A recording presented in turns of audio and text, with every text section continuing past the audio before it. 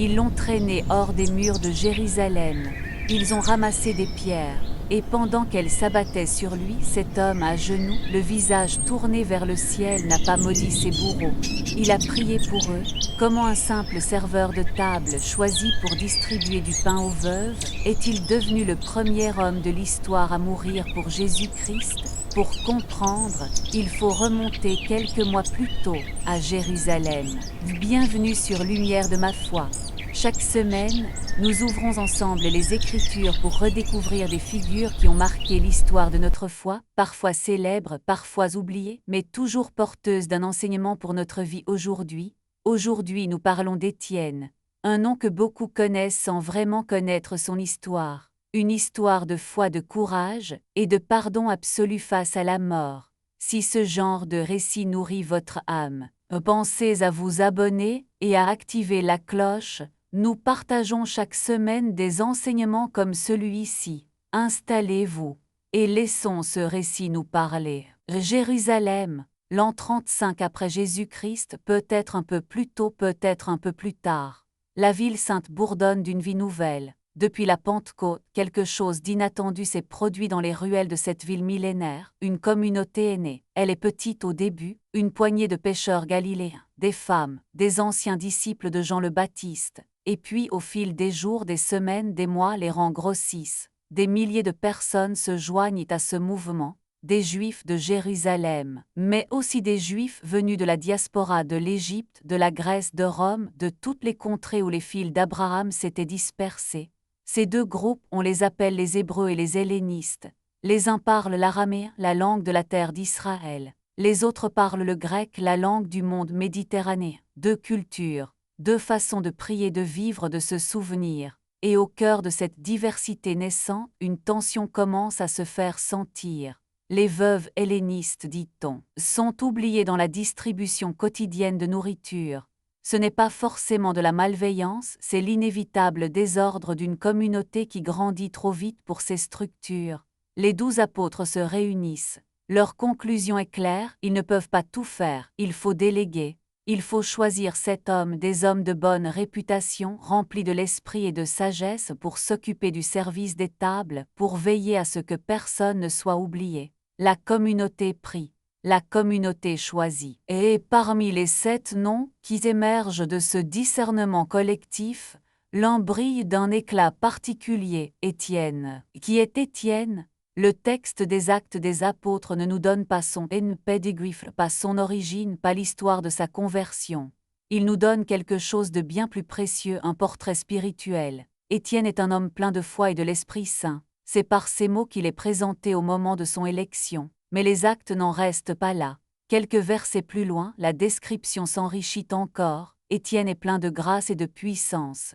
Il accomplit parmi le peuple de grands prodiges et des signes miraculeux. Imaginez la scène. Dans les rues de Jérusalem, dans les cours du temple, dans les synagogues, cet homme que l'on venait de choisir pour distribuer de la nourriture aux veuves se révèle être bien plus qu'un intendant.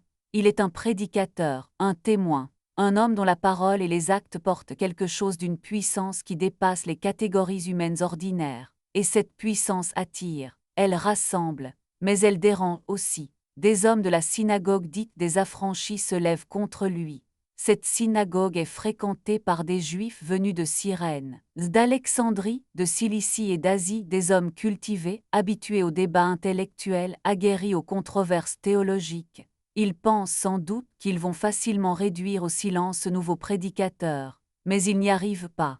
Les actes des apôtres sont formels, ils ne pouvaient pas résister à la sagesse et à l'esprit qui l'animait. Chaque argument qu'ils avancent, Étienne le retourne. Chaque question qu'ils posent, Étienne y répond avec une clarté qui laisse ses adversaires sans voix. Alors, puisqu'ils ne peuvent pas le vaincre par les mots, ils décident d'employer d'autres moyens. Il soudoie des hommes, des faux témoins, des bouches prêtes à mentir pour quelques pièces d'argent, et ces témoins vont répandre dans la ville une accusation terrible. Étienne parle contre le lieu saint, Étienne parle contre la loi. Étienne a dit que ce Jésus de Nazareth détruirait ce temple et changerait les coutumes transmises par Moïse. C'est un mensonge, mais c'est un mensonge calculé, précis, efficace. Il va enflammer la foule, et Étienne est saisi. On l'entraîne devant le Sanhédrin, le grand conseil de Jérusalem. le tribunal suprême du peuple juif, composé des grands prêtres, des anciens et des scribes. L'accusation est répétée devant l'assemblée. Des faux témoins se lèvent et déclarent « Cet homme ne cesse de parler contre ce lieu saint et contre la loi. Nous l'avons entendu dire que ce Jésus le Nazaréen détruira ce lieu et changera les coutumes que Moïse nous a transmises. » Les membres du Sanhédrin regardent l'accusé. Et là, quelque chose d'étrange se produit. Quelque chose que les Actes des Apôtres notent avec soin, comme si le narrateur voulait nous faire comprendre que nous ne sommes pas dans un simple procès humain. Tous ceux qui siégeaient dans le Sanhédrin fixèrent leur regard sur Étienne, et ils virent que son visage ressemblait à celui d'un ange. Un visage d'ange. L'expression n'est pas anodine. Dans la tradition juive, le visage d'un ange est un visage qui reflète la présence de Dieu, un visage qui rayonne de la gloire divine. C'est le visage de Moïse redescendant du Sinaï, si lumineux que le peuple n'osait pas le regarder. Étienne, debout devant ses accusateurs, debout devant la mort qui peut-être se profile déjà à l'horizon, porte sur son visage la marque de celui au nom de qui il va parler.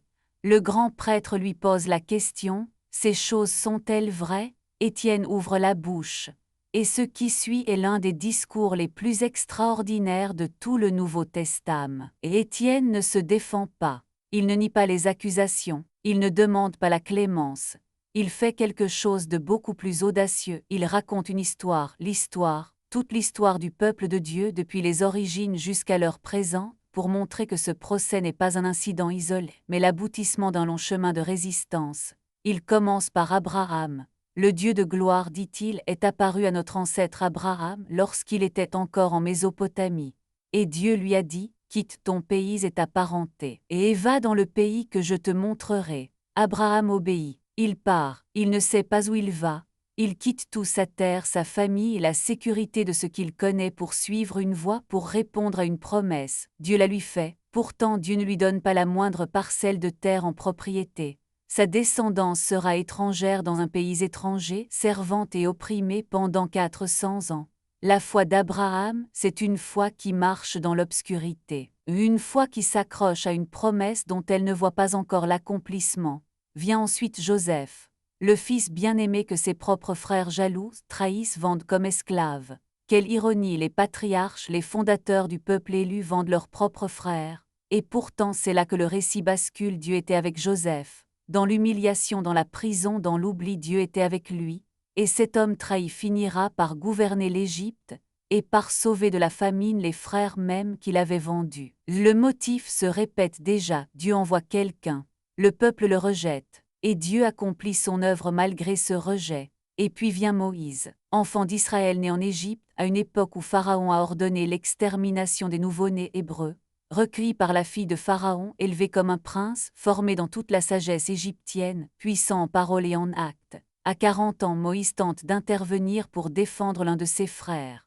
Il croit que son peuple comprendra que Dieu se sert de lui pour le délivrer. Mais son peuple le rejette, qui t'a établi chef et juge sur nous. Moïse s'enfuit.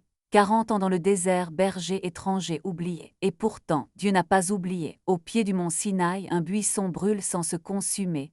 Et du milieu du feu, une voix parle, « J'ai vu la misère de mon peuple, j'ai entendu ses gémissements. Va, je t'enverrai en Égypte. » Cet homme que son peuple avait rejeté, Dieu l'envoie comme chef et libérateur. Il fait sortir Israël d'Égypte. Il ouvre la mer Rouge. Il reçoit au Sinaï les paroles vivantes de Dieu. Et pourtant, toujours le même motif, le peuple refuse d'obéir à Moïse. Dans leur cœur, ils retournent vers l'Égypte. Ils fabriquent un veau d'or et l'adorent. Dieu envoie, le peuple rejette. 3 fois déjà, Abraham, Joseph, Moïse. Puis Étienne évoque le tabernacle, cette tente que Dieu avait fait construire dans le désert, et plus tard le temple bâti par Salomon. Et il cite le prophète Isaïe, « Le ciel est mon trône, la terre est mon marchepied. Quelle maison pourriez-vous me construire ? Dieu ne peut être enfermé dans un bâtiment, jamais. » Et c'est la leçon que toute cette histoire enseigne, et que le peuple, encore et encore, a refusé d'entendre. Et maintenant Étienne change de ton. Le récit se fait réquisitoire. Homme au cou raide, au cœur incirconcis, aux oreilles bouchées, vous résistez toujours à l'Esprit Saint, comme vos pères, ainsi vous aussi. Lequel des prophètes vos pères n'ont-ils pas persécuté? Ils ont tué ceux qui annonçaient d'avance la venue du juste, et maintenant, vous êtes devenus ces traîtres et ces meurtriers. Abraham, Joseph, Moïse, les prophètes et maintenant celui qu'ils annonçaient. Le même rejet, encore, c'est une accusation frontale, totale, dite sans filet, sans diplomatie, au cœur même du tribunal qui peut le condamner à mort. Ces mots tombent comme des pierres dans l'assemblée, et ils allument un incendie. En entendant cela, leurs cœurs furent coupés à vif et ils grinçaient des dents contre Étienne.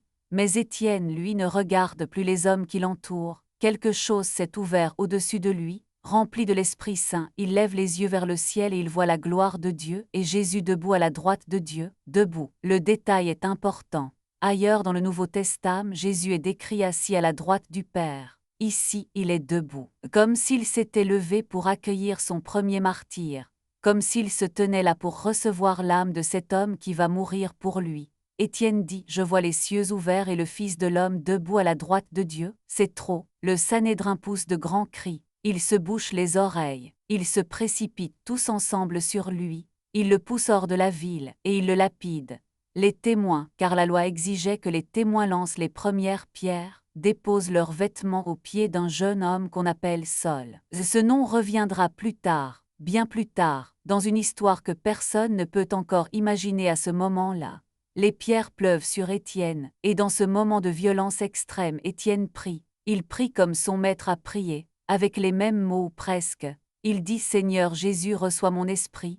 Puis il tombe à genoux, un geste de supplication, de prostration devant Dieu, et il dit d'une voix forte « Seigneur, ne leur impute pas ce péché ». Et ayant dit cela, il s'endormit. C'est le mot que l'auteur des Actes choisit. Pas il mourut, il s'endormit. Comme si la mort d'Étienne n'était pas une fin mais un passage, comme si cet homme qui avait vu les cieux ouverts quelques instants plus tôt entrait simplement dans ce qu'il avait entrevu. Le premier martyr de l'histoire chrétienne venait de déposer sa vie, avec une grâce qui implorerait pour ses bourreaux le pardon de Dieu, et Saul, lui, approuvait ce meurtre. L'histoire d'Étienne s'arrête là dans les Actes, mais son écho, lui, ne s'arrêtera jamais. Et Étienne n'a jamais vu Saul devenir Paul. Il n'a jamais su que l'homme qui gardait les vêtements de ses meurtriers deviendrait, quelques années plus tard, le plus grand missionnaire de l'Évangile.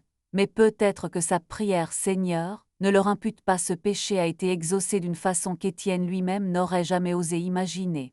C'est ça la foi d'Étienne, une foi qui pardonne jusqu'au bout, une foi qui garde les yeux fixés sur le ciel même quand tout sur terre s'effondre. Si ce récit vous a touché, dites-le nous en commentaire quel verset. Quel moment vous a le plus marqué? Et si vous voulez continuer à explorer ensemble ces figures de la foi, abonnez-vous à Lumière de ma foi, activez la cloche, et rejoignez-nous pour la prochaine vidéo. Que la paix du Christ demeure avec vous.